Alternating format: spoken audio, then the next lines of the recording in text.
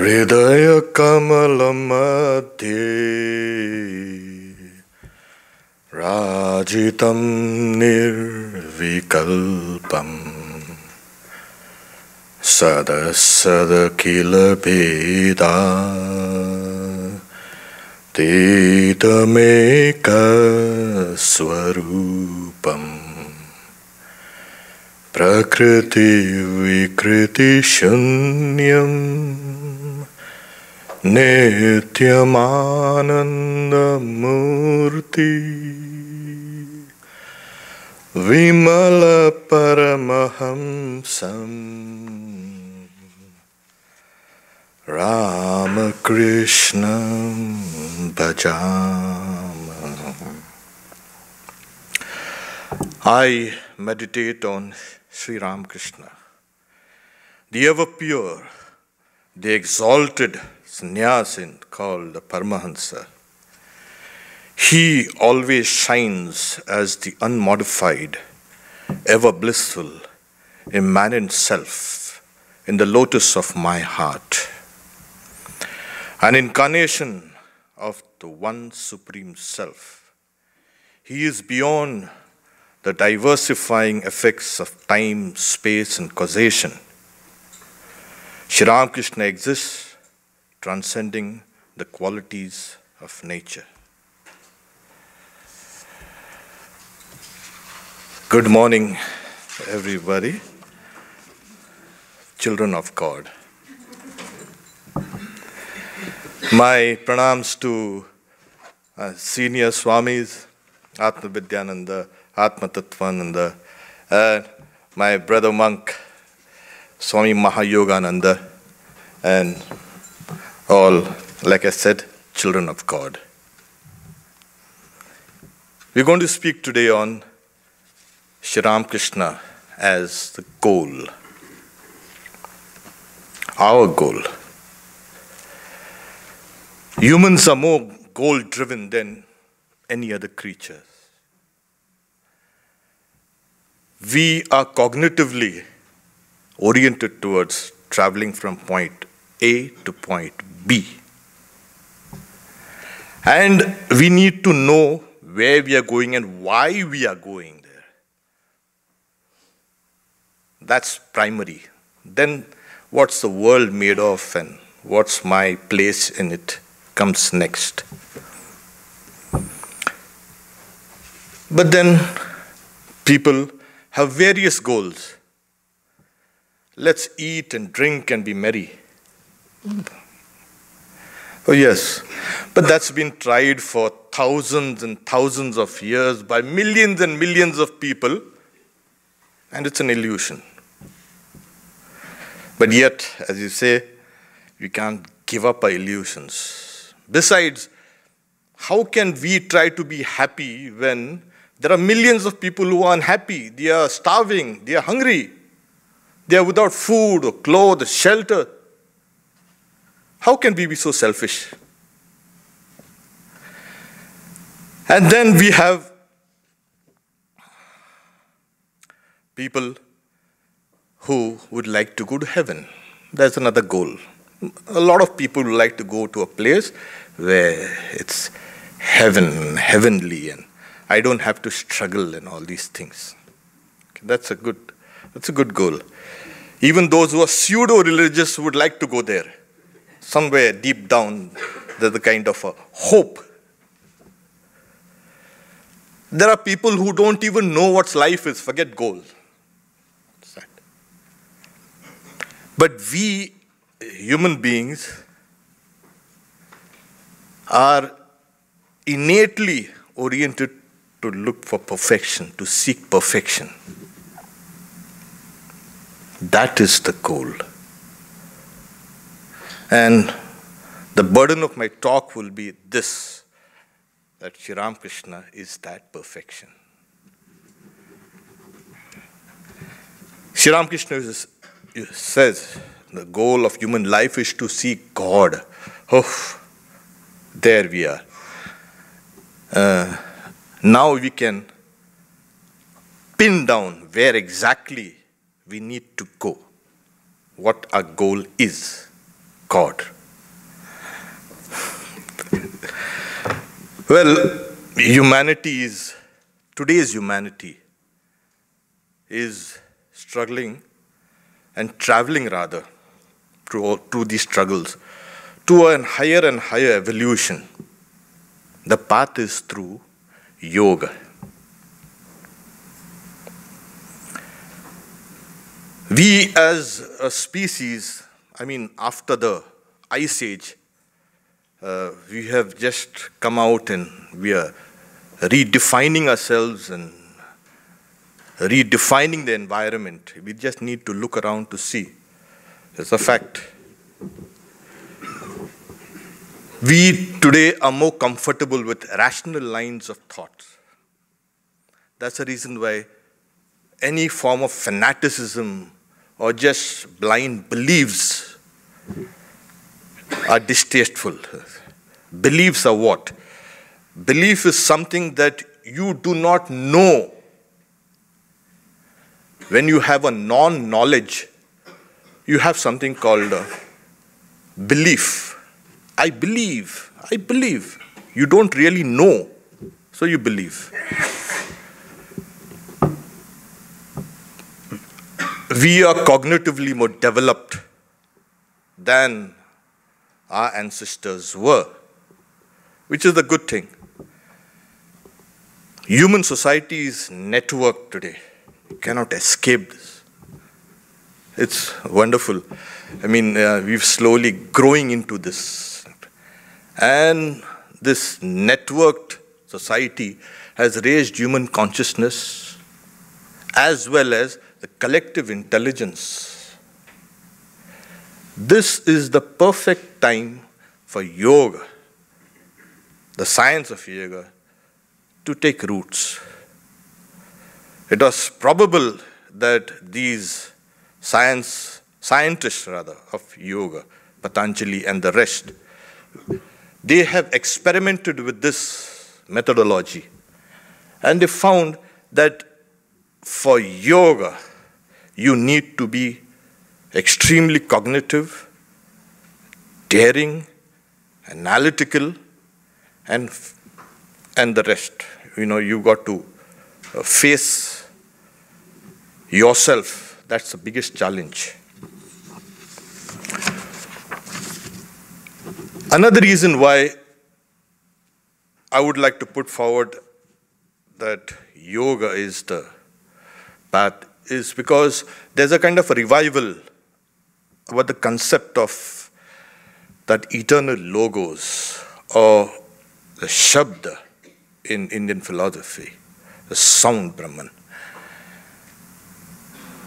We embody the logos, and when we speak, we act, we think, we are trying to manifest that logos. What's that logos? That logos is the innate perfection already there. And there has been a revival, which is a good thing. But then the whole of Western civilization has been built on these concepts. Christianity took this Greek idea, embodied it. For instance, the person may be a heinous, you can say, murderer, yet he is given a chance. The person is innocent until proven guilty. This itself speaks a lot about it. We are respecting something which is there in that person.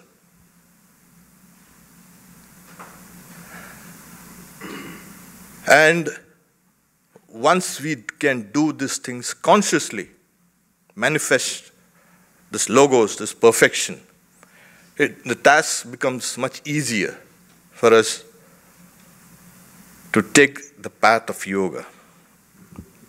And as you know, in California, Los Angeles, there's a huge demand for all types of yoga. It means that there is a need for it. We have, at one time, in the life of Sri Ramakrishna, his disciple, Bhavanath Chatterjee, he decided to photograph Sri Ramakrishna. And in those days, a camera was a big contraption. You had to have a kind of a tripod, and then you have to have a black cloth around covering you and the camera. Sri Ramakrishna, of course, never agreed, but Bhavanath went ahead with his plan. And on the appointed day, Bhavanath comes to Dakshineshwar along with the photographer. Sri Ramakrishna, he looks at them and saunters out of his room. And now they are in a fix. He goes to the Radhakanta temple. In the meantime, Swami Vivekananda arrives. And he was told, if you want to photograph him, and it's not, don't worry about that. He goes to Sri Ramakrishna and starts a conversation, a religious topic. And Sri Ramakrishna goes into Samadhi. And then Vivekananda says, now you take the photograph. Yeah, it's so easy. And the photographer was ready, and then, in the meantime, he wanted to adjust his face a little. And he did that. And his whole body lifted up, even lighter than a feather. And Vivekananda screamed, don't touch him in that state. And Sri Ramakrishna's body floated down back on the ground, and the photograph was taken. This is the photograph. And Sri Ramakrishna, of course, when later the prints were given to him, he was mighty pleased. So this is the high state of yoga. And this form will be worshipped in every home. There. This is the kind of a prediction he made. And today, we see how his predictions are coming true. I don't have to elaborate on this. We know that Swami Vivekananda brought yoga to the West. And what did he bring? He brought the principles of yoga as well as to a close group of devotees. He spoke about Ramakrishna. This is the actual icon of yoga for today. There have been icons, and one of the most famous icons of yoga is Vivekananda himself.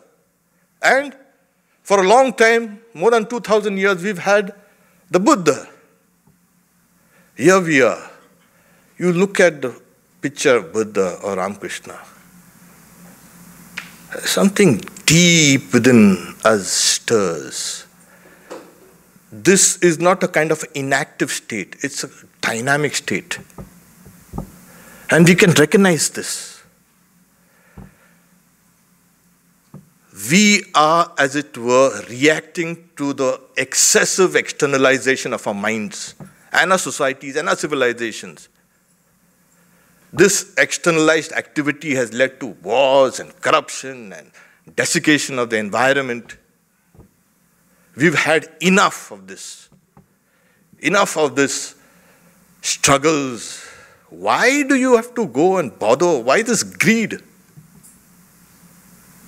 Why all this blood and gory? The history of humanity has been a history of wars and battles. You open any history book and you see this. Today's humanity is saying, enough. We want now to go back. Somewhere deep down, that call is coming to us. Whispers. The future of humanity will be meditative. And you need a methodology, an icon, and a hope, and that is Sri Ramakrishna. What is yoga? Here. Yoga is as I say, chitta vritti nirodha. The second aphorism is, yoga is restraining the mind stuff from breaking out into waves. Every thought, every word, every action is a kind of a wave on the pond of the mind. To keep the mind, keep the pond still is yoga. You've got to consciously restrain yourself. And why? Why do we need to restrain ourselves? You might argue. Oh yes, we need to restrain ourselves. In fact, human development has been through restraint. When you put restraints, you have morality. When you put restraints on yourself, you have art and science and literature, everything that we prize as human creation, human civilization, is done through restraint. The very fact that we can live in a society with others, with diverse temperaments, is we have put restraints on ourselves. This yoga chitta vritti nirodha has to be seen from a wide perspective. It has been there all through. We've been practicing this thing. And the more, as we know, the mind progresses towards higher aspects of the personality, as we put restraints on ourselves, we build power. The mind has tremendous powers. Today, we are talking about a spectrum of consciousness. Just a tiny bandwidth we are talking about. Yoga has unfurled a whole spectrum of consciousness. These bandwidths of consciousness are part of a personality. If we can open them to us, we are going to build a new type of individual, a new type of society, a new type of civilization based on this. In India, it was tried for thousands of years that every culture and civilization has to base its existence on these higher aspects of the mind. We failed. It wasn't the, you can say, movement of the masses, just for a few people. Today, the wheel is turning. Those old ideas are coming back to the fore. And this is where the role of Sri Ramakrishna comes in. Why do we need to have Sri Ramakrishna? You know, he's saying, when I came to LA, I said, there are a lot of avatars here too, like we have in India. You have avatars in this street corner, in that neighborhood, and everybody claiming to be an avatar. It's so easy to... I'll place very briefly before you what Sri Ramakrishna was and how Swami Vivekananda explains this. What is an avatar? When we are born, in the womb itself, we go through our evolutionary history. The fetus does not resemble anything like a human, you can say, baby. And then after we are born, we go through our civilizational history. The child is young, kind of a savage. He crushes the butterfly under the feet. And as the child grows up, he comes to the present age of development. And that is all. That is finished. An avatar, not only does he live the life of the human race, but of all life in this world. But he does it very quickly And like we are cut down by death, the avatar proceeds to the future. So then avatar becomes the past, the present, and the future. He embodies that. And he brings that knowledge, that message from the future to the present. This will be what future humanity will look like, will be like, and think like. So he embodies the whole life of this universe. That is an avatar briefly. Swami Vivekananda says that a perfect man, that is to say the type that is to come of this race, perhaps millions of years hence, that person can come today. And this is what the yogis say, that all the great incarnations and prophets were such people, that they reach perfection in this one life. We have had such men in all periods of the world's history. Quite recently, there was such a man who lived the life of the whole human race and reached its end, even in this life. That person was Sri Ramakrishna. So here we have the collective wisdom of the world, the collective, you can say, knowledge of the past, the present, and the future. What is yoga again? Restraining the mind, stuff from breaking out into waves. We hear this word yoga thrown out carelessly at times. But the aphorisms on yoga says yoga is samadhi. Yoga is samadhi. And what is samadhi? It's a state of intense concentration.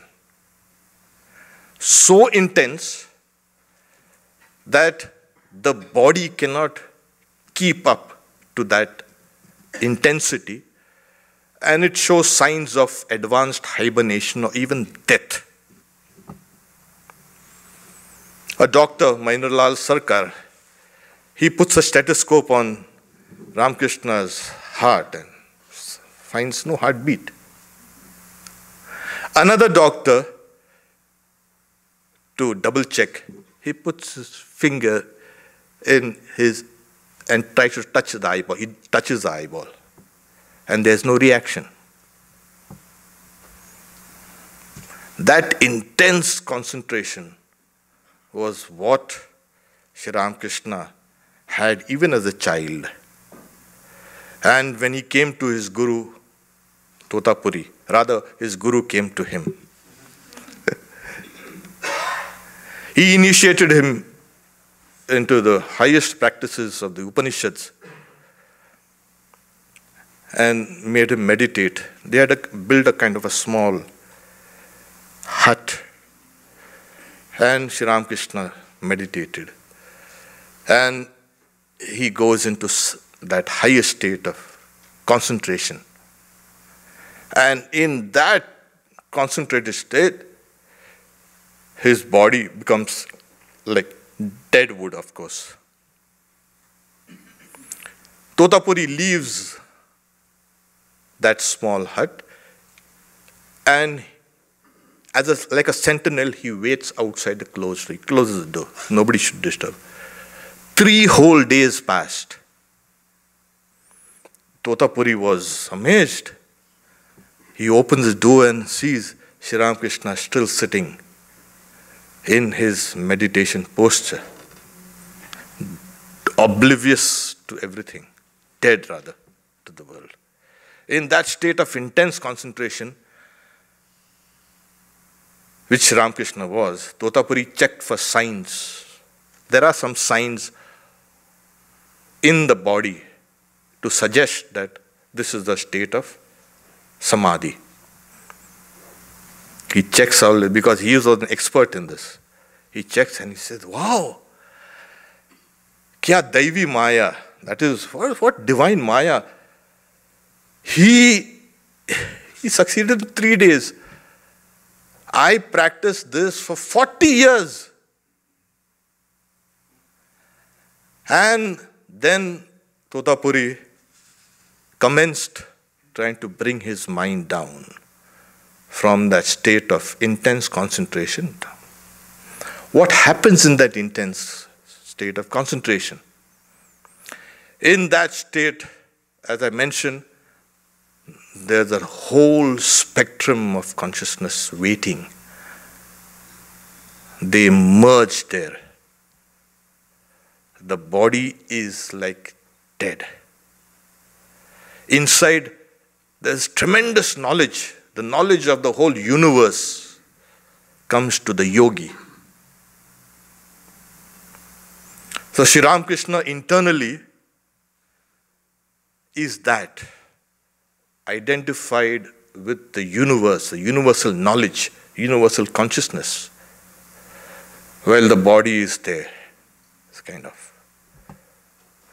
still immobile. Now when we talk about this state of consciousness, we have 2 or 3 things to know.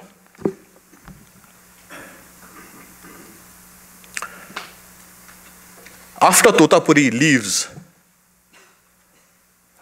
he stayed 11 months with him. Sri Ramakrishna once again plunges into that high state. And he was in that state for 6 long months. You cannot last for more than 21 days. After 21 days, the body falls down by itself, because the vital force that animates the body is, which is, barely, you can say, perceptible in the spinal column only. There's slight heat. That keeps the body going for 21 days. After that, it merges, goes away. And of course, why would a yogi, after attaining that state, ever come down here?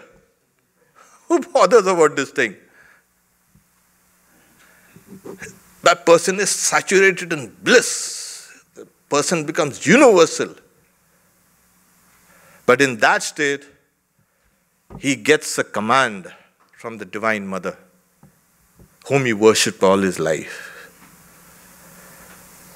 Station yourself in Bhavamukha. Bhavamukha thak. Stay in the state of Bhavamukha.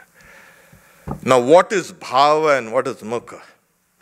It's a state between the relative and the absolute consciousness. It's a state where you can access both the absolute consciousness as well as you can look this side and see this whole world of multiplicity. So there he was.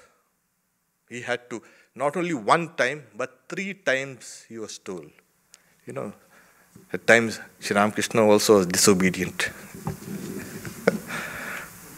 3 times he was commanded by the Divine Mother, stay in the state of Bhavamukha. There he is identified with the cosmos, with the cosmic mind. He knows creation, he knows the world. And in that state, he confirmed what was always there, that he was an avatar. That the Divine Mother would use his body to play in this world of spirit and matter. And that people's consciousness would be awakened by coming to him. And that all the incrustations of yoga would be cleansed. So here we have Sri Ramakrishna identified with the cosmos, who wants to plunge inside the absolute consciousness, but he's been told, don't stand out there. It's a tremendous state. You know the whole absolute as well as the relative universe. In that state, you become God. So Sri Ramakrishna is God. One time Vivekananda shocked his American audiences during a lecture. He stopped and says, he puts his hand on his heart and says, I am God. Heart. Yes, but then not the personal God. We believe in personal God, we believe in the impersonal God, and we believe everything that's in between. Why not? When everything is God, why not believe? So in this state of Bhavamukha, that Sri Ramakrishna is, where he sees the past, present, and future. Here we have Swami Vivekananda talking to him, speaking about him as the Lord of Yoga, Yogeshwara. Even in the Bhagavad-Gita, in the 4th chapter, Sri Krishna commences by saying, this imperishable yoga was given to me, to the sun god, Vivaswan. Vivaswan, Manu gave it to the first patriarch. And then the royal sages, they received it. And then it came down. After a long lapse of time, this yoga, the science of yoga, became corrupted. So I have come once again to cleanse it. So Arjuna naturally asks, you, but you were born the other day. Oh, I have come many times, and so have you. I know every one of my births, but you do not know. There it is. Oh, that same Lord comes again and again. Imam vivasvate yogam proktavan aham avyayam. Vivasvan manave praha mano ikshvakave bravit. So here we have a kind of a tradition. The Lord comes down to safeguard the traditions of yoga and the knowledge of Brahman. At the colophon of every chapter of the Bhagavad-Gita, you have Brahma Vidyayam Yoga Shastre. This, the knowledge of Brahman, this traditions of the knowledge of the Brahman. And it's a science of yoga. So it's not just an ordinary dialogue between Sri Krishna and Arjuna. It's a revelation of this yoga scriptures and the knowledge of Brahman. So the Lord comes for this. He doesn't come, like in India we say, he doesn't come to kill eradicate some flies and mosquitoes, which we have plenty. He could have done something for that. That's not his work. So we have an avatar. He becomes a door to the reality. We've got to approach that door. One time, Sri Ramakrishna was, he was in his room and Holy Mother lived in a small concert tower called a Nahabat, just nearby. Holy Mother had commenced worshipping Sri Ramakrishna's picture. One day, Sri Ramakrishna entered her room and saying, hey, what's this? Oh, he's seen his own picture being worshipped, and he himself takes a few flowers and offers it. So, there we have. It's like God worshipping his own picture. Swami Arupananda, one of his mother's disciples, he was curious. Does the master dwell in that picture? Oh yes. It's like the body and its shadow. The master is always present in that picture. Here we have something, to think about. It's not just a picture. Another time, Holy Mother, she was not, very, you can say, hesitant about being photographed. Thank God. We have more pictures of Holy Mother than Sri Ramakrishna. And Ashutosh Mitra, he showed her a print of that photograph. And she looks at it, smiles, and then she salutes a picture. We don't do that. We don't click our own pictures or selfies and salute it. They'll say, what's happened to it? So Ashutosh Mitra began laughing. So he asked, Mother, whose picture is that? It's mine. Why did you salute it? And he began laughing, and Mother started laughing too. Well, you see, the master dwells in this picture, so I saluted the picture. Here we are. A kind of a tremendous hope and a tremendous secret also, that the master dwells in Holy Mother's picture too. Amazing. And then what about us? Yes, he dwells in our picture too.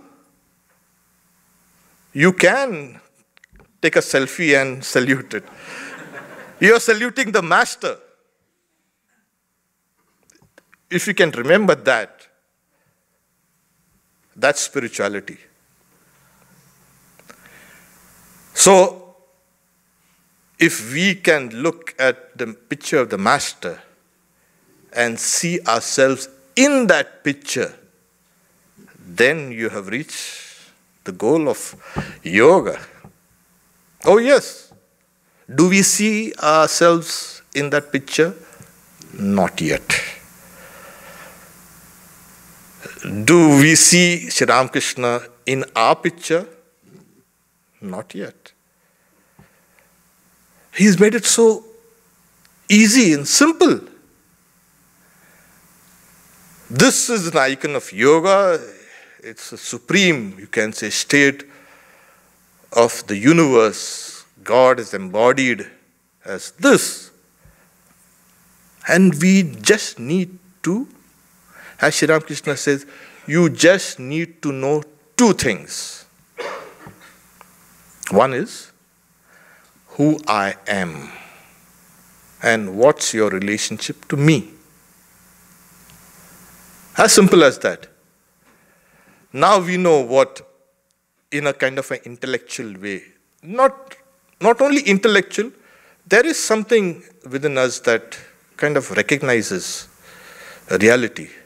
We would say, why should we have Sri Ramakrishna as an icon of yoga? Or why should God appear like this, with a kind of a cloth, dhoti, tied around his waist and put around his shoulder?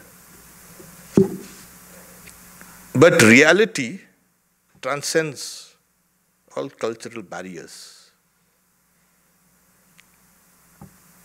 So he represents the reality. He represents, as I say, the avatar is nothing but God. So here he is. And as the indwelling spirit, he dwells in all of us. His picture is what we are supposed to meditate on. As simple as that. Why is his picture? Yes, he is the reality, he is that Atman which is there in all beings. So he is what is. So when he says, you need to know two things. Who I am and what's your relationship to me. So we have a lot of teachers, teaching, saying, find out who I am. And then people come and ask me also, who am I? I look at them. This is not a question you ask others, who you are. There is something wrong there. This is a question you ask yourself. Who am I? And then as you keep on searching, you will not find that I. You will find a reality, that Ramakrishna. And you will also find that we were eternally joined to Him, yoked to Him. The word yoke has come from the word yoga, yuj. So, we find that we were eternally one with Him. It's a kind of a